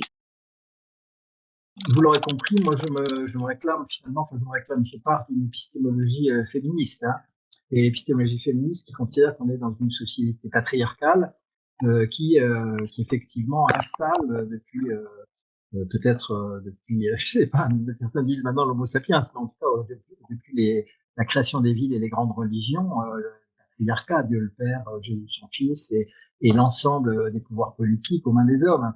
Donc ce patriarcat implique également le fait que ce patriarcat il préconise un modèle hétérosexuel dominant, hein, donc qui exclut l'homosexualité, la lesbianité, tout ce qui n'est pas lié à la procréation. Donc ce modèle patriarcal, eh ben, effectivement, je l'ai cité en filigrane, c'est-à-dire que sur les terrains de sport, les insultes pédé en pédé font partie du langage vernaculaire. Les lieux, j'avais écrit à l'époque un article sur les lieux de l'homophobie ordinaire en parlant des stades de football. Hein, je veux dire, donc l'homophobie est consubstantielle du sport masculin. Hein, donc on voit bien aussi qu'à partir du moment où on regarde la ville à partir avec par exemple des femmes, je veux dire, bien, on a également toutes ces dimensions qui sont prises en charge, hein, c'est-à-dire les dimensions de questionnement sur la ville patriarcale. Hein. Voilà comment j'aborde la question et je suis désolé si je ne l'ai pas abordée de façon plus précise, mais en tout cas, dans le sentiment d'insécurité, on a évidemment tout ce problème de la violence, des violences homophobes hein, dans la ville qui sont consubstantielles à la ville virile et patriarcale. Merci. Effectivement, je vous renvoie peut-être aussi sur cette question au blog de l'émission, l'excellente émission de Victor Chaillot, les couilles sur la table, tout y est dit, hein, je pense, et c'est vraiment une très bonne référence sur ce petit. Bien. Yves, vous voulez continuer sur la budgétisation sensible au Alors, genre? on va continuer, oui, bien sûr. Hein, il nous reste 5 minutes, mais bon. Oui, je vais faire non, ça mais assez on peut rapidement. décaler Donc, la question de la définition, hein, donc, et là, je me réfère là aussi à mes collègues, notamment Isabelle Guéguen, hein, bien sûr, du Père Fégal, mais aussi le cabinet EGAE créé par Caroline Dehaas, hein, toutes ces personnes, et j'en oublie, qui travaillent de façon active à l'établissement de ce budget sensible au genre. Alors, Isabelle Guéguen rappelle, hein, bien sûr, que ce que n'est pas la budgétisation sensible au genre, c'est un budget séparé pour les femmes. C'est pas la comptabilité des crédits dédiés à l'égalité femmes-hommes, ce n'est pas la recension comptable des actions menées pour l'égalité femmes-hommes, mais c'est le principe d'égalité devant l'impôt, hein, puisque budget dit qui dit budget dit argent. Hein. Dans le principe d'égalité devant l'impôt, si 75% des budgets publics pour les loisirs des jeunes vont aux garçons, hein, il y a une inégalité devant l'impôt. Et donc même certaines équipes de football ou des équipes féminines ou bien des équipes de roller derby, eh bien, portent plainte auprès de la défenseuse des droits pour discrimination dans l'accès aux équipements sportifs, voire la Cour européenne de justice, comme l'avait fait Nicolas Barre hein, pour le football il y a déjà une dizaine d'années, une vingtaine d'années maintenant. Hein. Donc là, il y a bien cette question d'égalité devant l'impôt. Hein. Donc il faut vérifier l'égalité femmes-hommes dans la mise en œuvre de nouvelles politiques publiques. Exemple, on donne de l'argent pour acheter des vélos. Eh bien, y a-t-il une évaluation qui est faite sur la part des subventions accordées aux hommes et aux femmes? Sur l'université de Lille, un de mes collègues m'a envoyé ces statistiques, puisqu'il donnait une subvention à l'achat d'un vélo pour le personnel qui vient en vélo à l'université. Il avait 87% d'hommes qui avaient obtenu la subvention. Donc, ce serait assez intéressant. Hein. On sait aussi qu'il y a plus d'hommes à vélo que de femmes. Ça signifie que là encore, on a un budget qui, de façon systématique, va bénéficier aux hommes. Là aussi, j'étais l'autre jour dans une conférence où il y avait une personne de Lyon qui a monté une entreprise d'insertion hein, et qui a créé 70 emplois sur réparation de vélos. Hein. Ces 70 emplois, eh bien, c'est 67 emplois d'hommes et les 3 femmes sont directrices et s'occupe des relations publiques et de la gestion du personnel. Donc là, on voit bien sur toute politique publique comment, si on ne regarde pas de près, il y a systématiquement des politiques publiques qui sont inégalitaires. Hein. Ensuite, bien évidemment, il faut mettre en place des outils d'analyse des inégalités. Souvent, dans mon exposé, je manque de chiffres. Je vous dis des chiffres approximatifs ou lors des chiffres d'études qui datent de quelques années. Mais parce qu'on n'a pas ces observatoires locaux qui analysent ces inégalités. Il faut faire exister ou valoriser les statistiques sexuelles de façon méthodique. Et puis inscrire dans l'agenda la mise en œuvre de l'égalité budgétaire. On peut passer à la suite. Peut-être, voilà. Donc là, par exemple, on a la question de la mise en place des outils. Les statistiques sexuelles existent, mais elles ne sont pas explorées. Donc, dans l'enquête mobilité ménage dont je vous ai parlé à Bordeaux, l'usage de la ville par le genre, que vous retrouvez en ligne, eh bien, la variable genre, elle existait. C'est-à-dire que on connaissait les réponses des femmes, on connaissait les réponses des hommes, mais ça n'avait pas été exploité, ça avait été neutralisé ou marginalisé. Alors, il a fallu 3 ans après une commande de la métropole pour qu'on refasse une lecture genrée du document et qu'on l'accompagne d'enquêtes en ligne, groupe focus, etc., pour préciser et pour savoir pourquoi il y avait cette différence. Et en fait, il a fallu attendre une deuxième commande femmes et mobilité urbaine, vous voyez, sur toujours la mobilité, pour qu'on commence à dégager les éléments d'une politique publique spécifique à partir de 2017. Donc 8 ans, voilà. Donc il a fallu 8 ans pour qu'on arrive à mettre en place finalement ce dispositif d'observation, sachant que ce dispositif d'observation existe maintenant. Eh bien, s'il est maintenu et entretenu, eh bien, de façon systématique, il va permettre une planification des actions. On continue. Peut-être à la diapo suivante. Voilà, alors il y a plusieurs solutions. Les statistiques sexuelles, non, celle d'avant, s'il vous plaît, celle d'avant. Soit les statistiques sexuelles n'existent pas, merci, oui. Voilà. Alors, la suivante, voilà, juste la suivante, voilà. Donc, si les... Celle-là, oui. Voilà, c'est ça. Alors, supposons que les statistiques sexuelles n'existent pas. C'était l'exemple de l'enquête menée par la thèse d'Edith Marjou dans les loisirs des jeunes. Eh bien, il faut définir le corpus et la méthode. Il faut réaliser des statistiques. Donc là aussi, sur les 2 communes de Florac et Blanquefort, les 2 premières, eh bien, on a eu des gens qui ne voulaient pas nous rencontrer, des gens de la culture qui éclataient de rire, comme les évêques, Pierre Bourdieu, pour ceux qui connaissent, en disant mais les femmes et les hommes, ça n'existe pas dans la culture, il n'y a que le talent, etc., etc. Donc il y a aussi des gens qui ne veulent pas compter. Donc ensuite, une fois qu'on a réalisé finalement ces premières statistiques, on fait des extensions pour comparaison. Le chiffre nous paraissait tellement énorme, parce que 80% des budgets destinés aux loisirs des garçons, on s'est dit, il faut qu'on aille voir ailleurs, Toulouse, Ramonville avec Magali Bacou. Puis après, il y a eu aussi cette méthode qui a été, grâce à Edith Marbujols et puis Jean Réville, effectivement déployée sur énormément de villes. Voilà. Et puis en plus, eh bien, à partir de ce moment-là, c'est vrai qu'en Gironde, on a pu mettre avec le département de la Gironde une politique spécifique de comptage, c'est-à-dire combien de femmes sur scène dans les scènes d'été Gironde, combien de subventions accordées par sexe, et maintenant c'est devenu un automatisme. Alors la ville de Bordeaux s'est arrêtée en cours de chemin un petit peu, on espère qu'elle ira plus loin, mais dans plusieurs départements où là il y a des collectivités paritaires et des véritables politiques d'égalité, eh bien on a vraiment maintenant des observatoires et une volonté systématique d'arriver à cette égalité budgétaire. Ensuite, la diapo suivante, merci. Voilà, alors bon, par exemple, je donne cet exemple que je vais décrire rapidement, parce que le temps passe vite. Donc on sait que maintenant, les femmes font autant de sport que les hommes. Donc en temps hebdomadaire, les enquêtes se confirment. Il y en avait même une dans l'équipe l'année dernière. Donc femmes et hommes consacrent le même temps par semaine de la pratique sportive. Mais seulement 36% des femmes sont licenciées dans un club, et même 32% si on note le sport scolaire, qui est vraiment là un outil massif de sport féminin. Elles représentent 36% des sportifs de niveau, 33% des étudiants de STAPS, une équipe de sport. Elles sont 6% dans les instances dirigeantes, 12% présidentes, et elles perçoivent 8% des rémunérations du sport professionnel. Donc là, on a vraiment une statistique basique qui montre le plafond de verre sur le sport. Continuez, s'il vous plaît, merci. Voilà, alors ça c'est les enquêtes. Donc les enquêtes que nous avons menées sur Bordeaux et Genève, qui sont des enquêtes de gender budgeting au départ, sont sur une méthode. On commence d'abord par les statistiques sexuelles sur les pratiques sportives de la ville. Ensuite, eh bien, si on voit des inégalités, eh bien, on fait une enquête en ligne, des entretiens de groupe. Et ensuite, on s'entretient avec les acteurs actrices du sport pour voir les résistances au changement. On peut continuer. Voilà, alors là, c'est illisible, c'est pas grave. Hein, je veux dire, simplement sur le sport à Bordeaux, eh bien, on a mesuré, on a des tableaux entiers qui ont été faits avec ma collaboration des services de la ville, qui ont été très actifs pour voir combien de femmes et combien d'hommes dans chaque discipline, dans chaque club, et puis également en rapport avec les subventions. Donc là, on voit bien d'où vient le chiffre 75% des budgets vont aux garçons.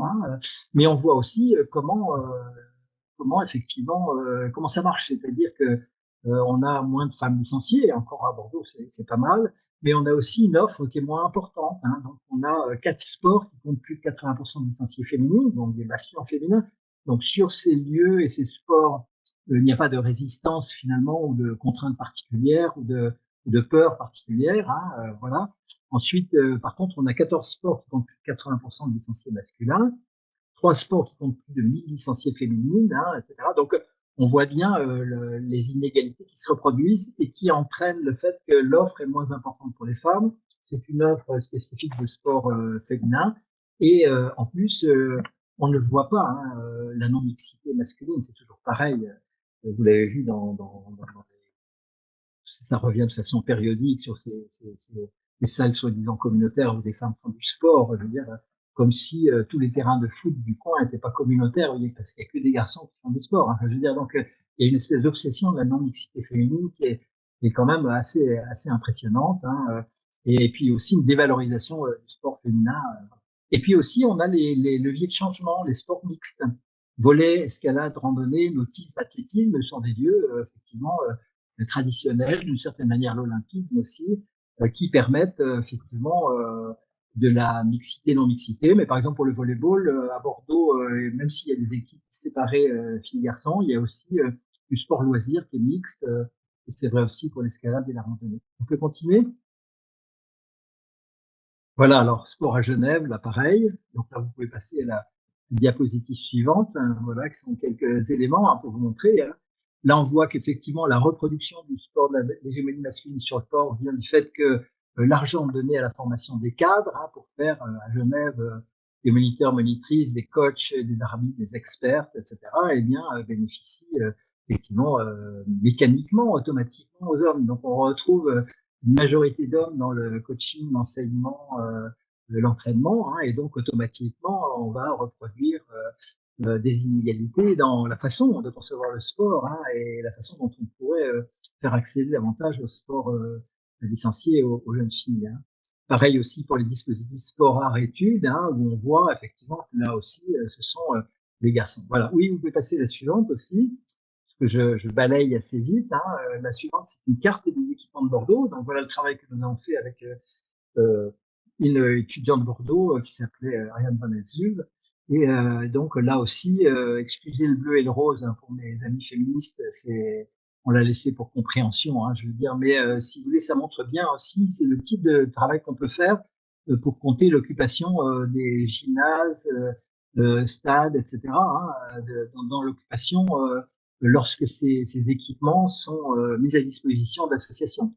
Et donc là aussi, ça nous donne un chiffre qui est obscur et inconnu. C'est le fait qu'on ne met pas dans les budgets, dans les 80% ou 75% de budget consacré au sport masculin, on met pas non plus la maintenance et l'amortissement des équipements.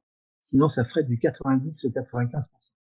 Voilà les équipements d'accès libre. Donc là aussi, eh bien, ça signifie que un budget sensible au genre supposerait qu'on puisse établir ce type d'observation et de statistiques dans un service, non pas pour se flageller, bien sûr, quand il s'agit du sport, mais pour faire comme là, ça a été fait à Genève ou à Bordeaux, mettre en place des plannings, des planifications en disant, bon, dit Madame Piazza, l'adjointe au maire, aux gens du foot, vous avez 5% de filles, et puis combien vous pensez l'année prochaine pouvoir en avoir ou dans 5 ans? Peut-être on pourra arriver à 20%. Voilà. Donc il y a une espèce d'agenda à mettre en place. Non pas, il faut pas accabler les gens, et on ne peut le faire qu'à partir du moment où on a des statistiques. Donc cet établissement, cette question de l'observatoire est très importante. Vous pouvez continuer aussi. Je déroule aussi assez vite pour faire comprendre. Ça aussi, vous pouvez le passer, hein, donc budget social à la genrer à l'analyse, c'est-à-dire que d'abord avoir cet observatoire confronté, ensuite, eh bien, faire une enquête en ligne, des groupes focus, des entretiens avec les acteurs du sport pour comprendre quels sont les freins au changement, de façon à ce que, à partir du chiffre donné par l'observatoire, on puisse donner des objectifs raisonnables pour que dans 5 ans, 10 ans, on arrive à une égalité devant l'impôt. Voilà. Je peux continuer? Continuer également. Voilà les raisons, hein, voilà. Donc là, ce sont les préconisations, hein, l'objectif d'égalité budgétaire. Ça, c'est celui de Genève, hein, mais Bordeaux, c'était à peu près le même. Donc, qui est un objectif consenti à la fois par les services, les acteurs. Genève, c'était d'une façon qui était la restitution de façon extrêmement démocratique, avec aussi beaucoup de publicité dans la presse. Hein, donc, l'idée de mettre en place un observatoire hein, qui permette une analyse plus approfondie. Hein, après, de la formation, hein, former, sensibiliser, encadrement, innovation, soutenir les initiatives de l'homme dans le domaine de l'égalité entre les femmes et les hommes, famille, vous pouvez continuer aussi. Hein. Et donc là, eh bien, on essaye de trouver ensemble, dans l'objectif de l'égalité budgétaire, de la justice devant l'impôt, eh bien, on analyse les freins, les résistances. Hein. Effectivement, on ne va pas accepter que oui, les femmes ne sont pas sportives parce qu'elles préfèrent faire du shopping. Hein. Je veux dire, ça c'est, on va dire, non d'ailleurs les enquêtes ne le disent pas. On va dire, je veux dire, on pourrait pas dire les filles n'aiment moins l'école, donc elles ont qu'à rester chez elles. Je veux dire, c'est absurde. Surtout si on est dans un projet d'une ville qui va demander au corps de se déployer dans la ville, marcher, faire du vélo, et puis où on sait que la citoyenneté, hein, cette histoire de corps dans la ville, l'expression du corps dans la ville, est aussi un élément de la citoyenneté. Ça veut dire aussi faire accepter aux citoyens et citoyennes de la ville que les hommes, les femmes courent en short, qu'il puisse y avoir aussi des personnes lesbiennes, gays, trans, hein, qui aussi se promènent dans la ville, fassent du sport aussi dans la ville, sans être l'objet de colibés, de moqueries. Donc là, si cette ville nouvelle donne une importance au corps comme un élément de bien vivre dans la ville, hein, lié avec l'environnement, eh bien, il faut aussi mettre en place des éléments pour combattre ces freins hein, la pratique sportive. On peut continuer?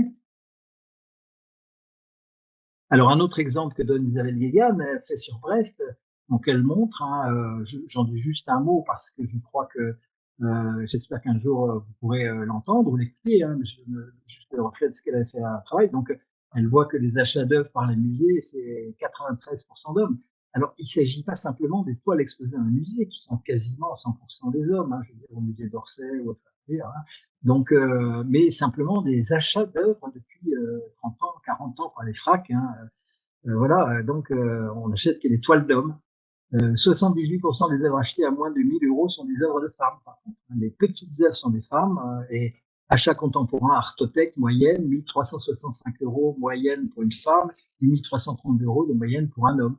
Donc on retrouve les différences de rémunération des sportifs professionnels. Si vous voulez. Autre exemple, le conservatoire de musique et de danse, comme à l'université où en France nous avons à peine 25% au grade de professeur d'université des hommes, des femmes, hein, je veux dire, et 75% des hommes, eh bien, dans les conservatoires de musique, on a 3 fois plus de profs d'enseignement artistique que de femmes qui sont assistantes spécialisées d'enseignement artistique. On peut continuer. On est dans un pays extrêmement égalitaire. Hein. Donc, le principe, hein, eh bien, c'est avant vérifier que la politique n'a pas d'impact sur l'égalité femmes-hommes. Donc là aussi, on a vraiment cette nécessité. Là, je le dis hein, très actuellement sur les politiques urbaines de vélo, par exemple. Je veux dire, si on n'analyse pas comment on met en place cette politique vélo, on va creuser les inégalités entre les femmes et les hommes. Ça, les subventions iront aux hommes, on va pas prendre en compte toutes les difficultés des femmes dans la ville, hein, donc c'est important. Hein. Donc voilà, donc ça veut dire aussi que ce que font la Wallonie en Belgique maintenant, c'est dans chaque commission qu'il s'agisse d'une politique d'aide à l'emploi, de la construction d'un équipement public, il y a une référente ou un référent genre dans cette commission, dont le but est d'analyser si la proposition publique ne risque pas de creuser les inégalités femmes et hommes, et si c'est le cas, eh bien de prévoir des compensations hein, ou des aides. Typiquement, si vous me parlez d'un skatepark, si une petite mairie de l'arrondissement décide de faire un skatepark, eh bien, il faut qu'il y ait un référent qui dise ou une référente voilà, les analyses des territoires voisins montrent qu'il y a 100% d'hommes. Bon, bah, on construit le skatepark, mais à ce moment-là, on fait systématiquement une politique de correction qui permet que les jeunes femmes accèdent à ce skatepark. Alors les obstacles, eh bien, ce sont le rejet des politiques d'égalité souvent par les professionnels. Alors moi, ce qui m'a stupéfié, contrairement à ce que je pensais, les gens du sport sont plutôt de bonne volonté. Ils reviennent de très loin, je veux dire, mais il y a aussi beaucoup de sportifs combatifs, donc des universitaires aussi qui ont fait un bon travail, qui ont fait connaître leurs recherches. Donc là, le sport peut bouger. Ça peut être un genre. Alors, ce qui m'a stupéfié, moi, dans mes études, c'est le milieu de la culture, qui est finalement le milieu, de ce point de vue de l'égalité femmes, le milieu le plus réactionnaire que j'ai rencontré, donc avec le phénomène de négation, et qui aboutit à des choses qui sont dénoncées par les comités HF pour la culture, vous connaissez peut-être. Mais là, il y a le mois dernier, j'étais avec HF Bretagne. Il me disait, je crois que sur 180 festivals subventionnés en Bretagne, il y en a 80%, et il n'y a que des hommes sur scène. Donc, faut le savoir, je veux dire. Donc c'est très impressionnant de voir à quel point on sait que le Hellfest, le grand festival, le plus grand festival européen et peut-être mondial de musique métal, avec 4% de femmes sur scène. Donc là aussi, à partir du moment où il y a des fonds publics, je veux dire, la négation par le milieu de la culture de ces inégalités, eh bien, c'est vraiment, je pense, c'est même du négationnisme d'une certaine manière. Surtout, par exemple, sur les musiques actuelles, quand on sait que tous les travaux d'investissement qui ont été faits pour des scènes de musique actuelle ou des rock schools où on apprend à des jeunes à enregistrer leurs disques dans le studio profitent à 100% de garçons. C'est-à-dire que là, actuellement, les garçons de 14 ans ont des lieux privilégiés pour faire leur musique, ils seront aidés à être sur scène dans 10 ans. Donc, on a déjà 10 ans de retard sur cette musique-là. Je donne cet exemple parce que ça me frappe énormément. Pendant collecter et analyser les données sexuées, après, mener des politiques dédiées à l'égalité et évaluer les résultats. Donc, voilà, on a l'exemple de la Wallonie, mais on a plein d'autres exemples aussi. Alors, le rejet des politiques d'égalité professionnelle, la difficulté à obtenir des données. Donc, certains clubs de sport ne nous ont pas donné de réponse. Par exemple, en Suisse, le judo a pas daigné nous donner de réponse. Donc, on a pris des statistiques nationales et on les a appliquées au club en question pour boucher les trous. Donc, il y a aussi des techniques d'approximation qui peuvent faire en sorte que. Alors sur l'informatique, ça c'était sur le campus de Bordeaux. Quand j'ai voulu, nous avons voulu avec ma collègue Marion Paoletti de l'université de Bordeaux, parce que moi j'étais à l'université de Bordeaux-Montaigne, faire une enquête sur le sentiment d'insécurité sur le campus de Bordeaux. Eh bien, on ne pouvait pas faire un questionnaire destiné uniquement aux femmes, puisqu'il y avait obstacle de la commission informatique et liberté. Donc voilà, c'est le genre de truc où il y a des blocages stupides, ce qui amène aussi très souvent, c'est des petits blocages qui amènent des absences de stade sexué. Du coup, on fait un questionnaire qui est destiné aux femmes et aux hommes, et on est obligé de ne pas tenir compte des questionnaires des hommes, d'ailleurs, qui répondent peu, d'ailleurs. Et on voit comment, je veux dire, on n'a pas notre appareil d'observation et vraiment n'a pas pris l'habitude de traiter de façon systématique l'information sexuée, y compris dans les questionnaires où il y a marqué êtes-vous un homme, une femme ou autre, qui nous était refusé régulièrement par les services informatiques. Donc on ne pouvait pas être autre. Et en fait, c'est aussi également les obstacles, c'est la fragilité des politiques d'égalité si elles ne sont pas construites dans le long terme par des lois, dispositifs, applications budgétaires. Donc là, pour moi, la loi qui est en train d'être mesurée à l'aune des territoires, c'est la grande loi d'égalité 2014 et qui finalement est passée quand même par des décrets. Donc j'ai eu l'occasion de travailler moi sur le volet politique de la ville, de l'application de cette loi, qui a amené effectivement tous les dispositifs politiques de la ville à faire remonter des statistiques sexuées. Et donc là, actuellement, eh bien, il y a des tas de travaux qui sont commandés par des collectivités à nos amis, les urbaines de Verviers, Jean Réville, Harold, l'agence de Terfégal, etc., pour mettre en place des politiques d'égalité dans la construction des équipements, dans la mise en place de politiques. Et du coup, on voit bien que une loi, si elle est suivie de décrets, et si sur le terrain il y a des pressions importantes, si effectivement ces propositions émergent dans le débat politique, par exemple au moment des régionales, au moment des élections municipales, eh bien c'est aussi ce courant, cette pression qui a amené des villes à adopter le principe du budget genré. Vous connaissez Grenoble, Lyon, Rennes, hein, et d'autres sont en train de mettre en place le budget genré parce qu'effectivement, il y a eu ces années et ces années de travail sur le terrain, hein, et puis aussi des gens maintenant compétents, hein, qui sont capables de proposer aux municipalités, aux collectivités des outils, hein, des outils simples pour mettre en place ces budgets genrés. Hein. Donc, si parmi vous, il y a des gens qui sont élus locaux, je crois que c'est quelque chose qui est tout à fait faisable. Voilà. Merci beaucoup, Yves. Voilà, merci beaucoup, Yves. C'est vrai que c'était très intéressant. On a un petit peu dépassé le temps, mais c'est pas très grave. Effectivement, on cherche à aménager, construire la cité de demain que vous appelez dans une de vos publications une cité plus inclusive, plus écologique et plus démocratique. Et tout ce que vous nous avez dit, effectivement, pourra tout à fait nous y aider. Alors, simplement un mot pour vous dire que nous avons donc entamé aujourd'hui ce premier rendez-vous. Nous avons eu le plaisir d'ailleurs d'être écoutés par Corinne Luxembourg, qui interviendra le 14 octobre pour nous parler de comment le genre s'articule avec le privé et le public. Nous avons également eu le plaisir d'accueillir Dominique Poggi, qui nous parlera le 1er juillet des marches exploratoires. Et nous donnons rendez-vous donc jeudi 27 mai pour écouter Anne Labreuil sur justement quel est le lien entre le fait d'inclure, d'être soucieux de cette égalité femmes-hommes et d'inclure les femmes avec l'urbanisme inclusif. Chris Blash, le 10 juin, nous parle… Juste un mot, excusez-moi, j'interviens, Oui, juste un mot pour rappeler qu'avec Dominique Poggi, nous avions fait le travail sur le campus de Bordeaux avec les marches exploratoires et que ça a été quelque chose d'important. Je dis parce que je ne l'ai pas cité dans mon diaporama, donc je la salue et je m'excuse de ne pas l'avoir cité. Voilà. Oui, je crois que c'est intéressant pour les collectivités et les aménageurs que nous sommes de mieux comprendre cette mécanique des marches exploratoires. Chris Blash donc, nous parlera le 10 juin du logement, comment intégrer, peut-être concevoir un petit peu différemment l'agencement des logements pour davantage y intégrer le genre. Genre et urbanisme, une amnésie cyclique, Lucie Biarotte, qui sera à ce moment-là docteur en urbanisme, nous présentera sa relecture historique du sujet pour voir, et c'est tout à fait intéressant pour les actions que nous menons actuellement. Et puis, nous conclurons le 18 novembre avec Edith Marouet-Jules. Et merci Yves d'avoir introduit ces travaux parce que avec la question des cours d'école, les cours d'école sont-elles des microcosmes de l'espace public? En tout cas, beaucoup de participants ont demandé, Yves, s'il était possible de récupérer votre diaporama.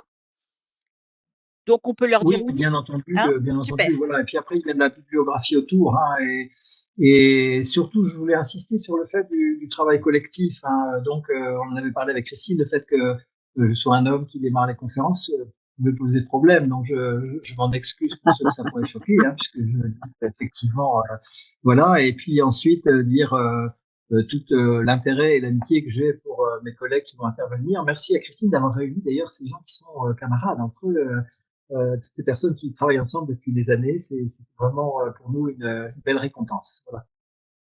Bon, mais merci à tout le monde en tout cas, et puis merci beaucoup à Christine, merci à Inès, et le prochain rendez-vous, on mettra un mode d'emploi de WebEx. C'est vrai que c'est un outil nouveau pour nous, et donc voilà, pour que ce soit plus facile pour tout le monde. Une dernière phrase pour vous dire que le 7 mai, pour aller plus loin, le 7 mai, on organise une journée séminaire de travail sur ce sujet qui aura lieu en visioconférence. J'ai mis dans le chat ici l'adresse pour s'inscrire, ddct-égalité@paris.fr, où on va entendre parler de bonnes pratiques, d'actions concrètes réalisées sur le territoire parisien, puisque c'est un séminaire parisien, qui va mettre en évidence et mettre en valeur les travaux déjà réalisés et qui va nous permettre de présenter un référentiel de bonnes pratiques qui serait le guide numéro 2 genre et espace public, qui ferait suite au premier que nous avons lancé en 2016 pour continuer à bâtir et à construire pas à pas, brique à brique. Hein, dans l'urbanisme, c'est bienvenu. C'était la question de la prise en compte de l'égalité entre les femmes et les hommes dans l'espace public et dans l'aménagement. Voilà, je vous donne rendez-vous le 7 mai pour les personnes qui le souhaitent. Inscrivez-vous avec le lien tel que j'ai de l'adresse mail que j'ai donnée dans le chat. Merci à vous.